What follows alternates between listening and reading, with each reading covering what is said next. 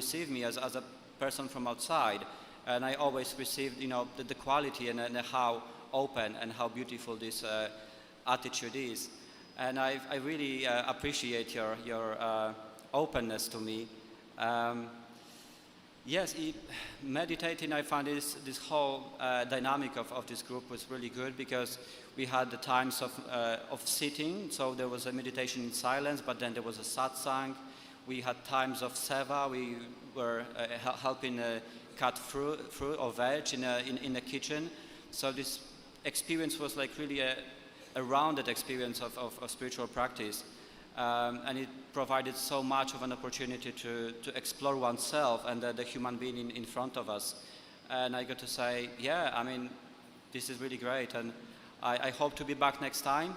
I don't know, I try to not to make a plan. Mere pas yojana nahi hai, but I hope to be back. I would say what was especially important to me in these 7 days was that I realized even more that I like to become a monk.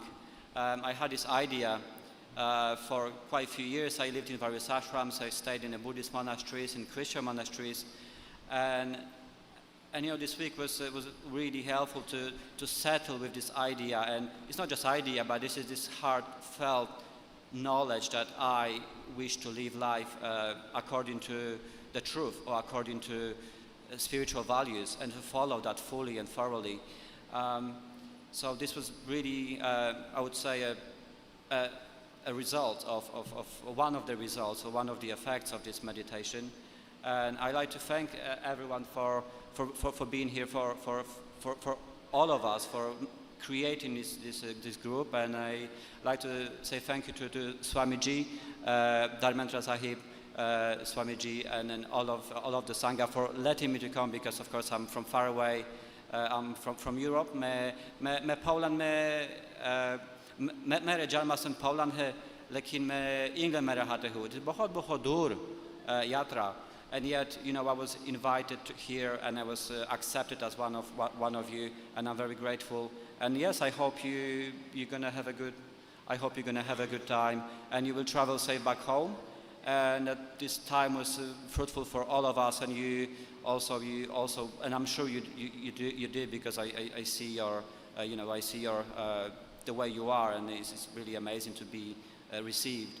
And I hope it will be carried to your personal lives, and I hope what I experience here will be carried to my personal life, and I can act on that, and I can bring that knowledge to my relationships with my friends, with my family, and with my fellow human beings. And thank you for being this beautiful mirror, so I can learn a little bit about myself and about the Indian culture, because the Bharat Sanskriti बहुत sundar hai, and I really enjoyed it. I've been to India a few times, like this is my 6th time, and I've always keep coming back, and I keep coming back to India, and it's always something more beautiful to explore. So बहुत धन्यवाद, and all the best. Sahib Bandagi. बहुत धन्यवाद Thomas जी को. आप लोग सब समझ पाए? मेरी समझ में कुछ नहीं आया, सब सर के ऊपर से निकल गया. लेकिन अच्छा ही कहा होगा. अब थोड़ा यदि समझना चाहें तो मैं गुनेंद्र जी को 2 मिनट आमंत्रित करता हूं. थोड़ा उन्होंने क्या बोला तो आपको उनके बारे में बताएं, क्योंकि उनकी भाषा वो समझते हैं. हमारे संत गुनेंद्र साहब आए और संक्षेप में उनके भाव जो उन्होंने यहाँ व्यक्त किया आप लोगों को बताएं.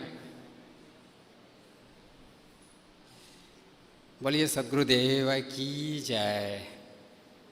आदरणीय श्री सद्गुरुदेव जी, वंदनीय संत समाज, सत्संग प्रेमी सज्जनों एवं देवियों, अभी हम लोग श्री थॉमस जी के विचार अंग्रेजी में सुन रहे थे.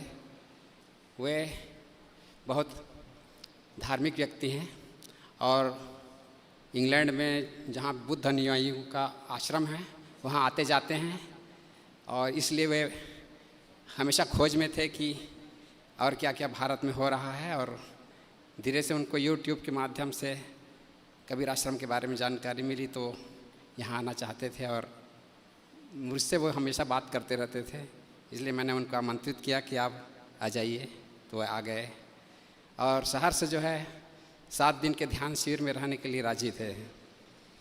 तो इस तरह से उनका विचार यह था कि मैं भविष्य में एक सन्यासी बनना चाहता हूँ और उनकी एज अभी 40 वर्ष है और अविवाहित हैं। कहते हैं कि उनके माता पिता यूरोपीय कल्चर संस्कृति से प्रभावित हैं और वहाँ पर मांसाहार होता है और शराब वगैरह का प्रचलन होता है, परंतु वे इसका प्रयोग नहीं करते हैं। यह उनकी बहुत बड़ी विशेषता है और भविष्य में वे बता रहे थे कि मैं सन्यासी बनना चाहता हूँ और हमेशा धार्मिक व्यक्ति ही रहूँगा और सत्य की खोज में ही रहूँगा। मुझे ध्यान समाधि बहुत अच्छा लगता है और मैंने उनको लगातार देखा है कि एक भी मीटिंग को मिस नहीं कर रहे थे। वो लगातार यहाँ पर ध्यान समाधि में बैठते थे, ऊबते नहीं थे। मैंने उनको अंग्रेजी की पुस्तक दे दी है और वे कह रहे थे कि भारतीय संस्कृति बहुत अच्छी है और यहाँ का व्यवस्था बहुत अच्छी है। तो इस तरह से उनका विचार यह रहा। साहेब बंदगी साहेब। अब मैं और अधिक समय आप सबका न लेते हुए, क्योंकि गुरुदेव जी मंचासीन हो चुके हैं, थोड़ी धृष्टता चाहूँगा गुरुदेव जी से कि हमारे बीच श्रद्धेय संत श्री कृपासन साहब जी उपस्थित हैं। आपसे निवेदन है इस अवसर पर कि आप भी संक्षेप में अपना विचार रखने की कृपा करें। श्रद्धेय संत श्री कृपासन साहब जी।